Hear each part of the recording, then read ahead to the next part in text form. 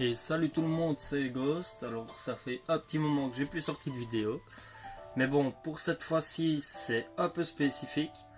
Puisque pour le nouvel an, j'ai eu une Trueno Panda 86. Donc, pour ceux qui savent et qui me connaissent, c'est disons un modèle qui me rend un peu dingue depuis un petit moment déjà. Et pour lequel j'ai beaucoup d'affection parce qu'il est assez maniable, elle est fort petite et malgré tout très joueuse. Donc maintenant que j'ai reçu, et encore une fois grand merci à mon grand-père et à mes parents pour la carrosserie, maintenant que j'en ai une, il ne me reste plus qu'à faire la peinture. Donc des petites idées par-ci par-là arrivent et un petit dessin s'impose.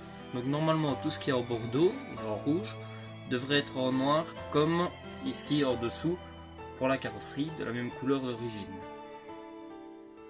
Les phares arrière devraient être fumés et le capot ainsi que les essuie-glaces et les rétroviseurs devraient être en carbone, mais voilà à peu près les idées tant que maintenant à quoi elles devraient ressembler. Donc pour ça, il n'y a plus qu'à préparer. Elle est déjà ici pré-découpée, donc je l'ai déjà découpée. Pour ceux que ça intéresserait, c'est le modèle Trueno de chez HPI.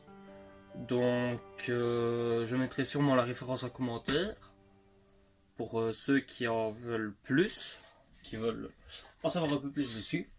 Alors elle est fournie avec l'aileron de la Levin 85 et de la Super Levin 86. Voilà, il y a normalement un deuxième aileron, mais qui lui est déjà monté sur la GTR, qui est dans mon dos. Donc j'irai sûrement la chercher, je rajouterai une photo à la fin de la vidéo. Et elle est également fournie avec une palette incroyable d'autocollants. Donc voilà à peu près tous les autocollants qu'on a sur cette fameuse palette.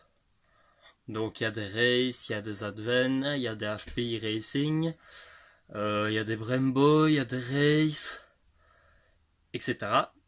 Donc ils sont ici en noir. Et pour ceux qui voudraient éventuellement la faire en noir, ici les autocollants sont en blanc. Seul petit problème, c'est qu'il faut les découper, parce que tous les autocollants sont déjà pré-découpés en fait, sauf les deux ici du coup, pour lesquels il faudra faire des découpes. Donc voilà. Sinon, pour la peinture, les caches pour les vitres sont déjà prévus. Ils sont fournis avec, je rappelle. Et tant que maintenant, il reste plus qu'à faire la peinture.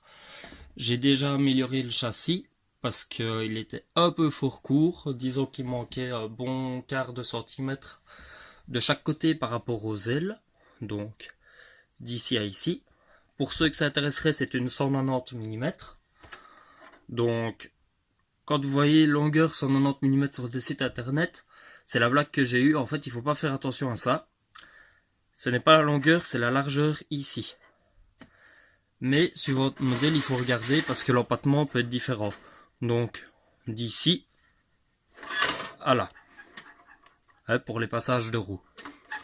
Donc normalement tout est noté. Pour ceux qui veulent, il y a sûrement moyen de trouver dans le magasin. Vous pouvez demander aux gens qui travaillent et compagnie, aux employés, et normalement ils peuvent vous conseiller. Donc voilà.